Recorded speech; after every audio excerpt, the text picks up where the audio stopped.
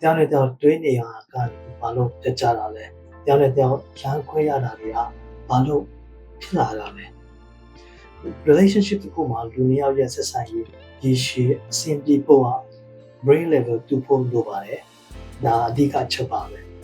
ဘာလို့တွေးပြဖြစ်နေတာလဲဆိုတော့ကိုယ်နဲ့သူနဲ့ဉာဏ်ရည်ချင်းကွာနေလို့ခံယူချက်ထားဖို့မတူလို့ပဲဖြစ်ပါတယ်အရန်ကြီးလိုက်ညှိယူနေရတာမျိုးသူကလည်းကိုယ်နားမလဲနိုင်ကိုယ်ကလည်းသူ့ကိုနားမလဲနိုင်အဲ့လိုမျိုးတွေဖြစ်နေတယ်ဆိုတာ EQ IQ ဝင်ကြီးလို့ပါ relationship တစ်ခုမှာချစ်နေလို့ပဲမရပါဘူးတရားဝတရားကိုနားလည်ပြဖို့အတွက်ဉာဏ်ရည်ပြီးဖို့လည်းလိုပါတယ်တရားရဲ့စိတ်အခြေအနေနဲ့ personality က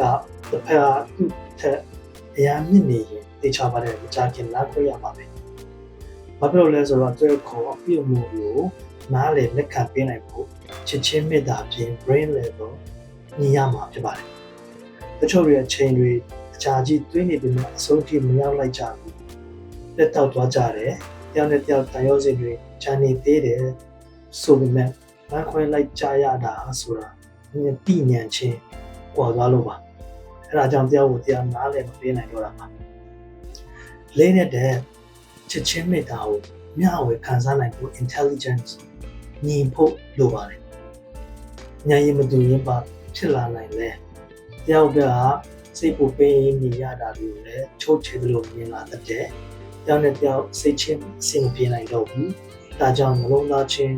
ထပ်တူချနေဖို့ပြင် brain အောင်နာပါလေ level တူနေဖို့လိုပါ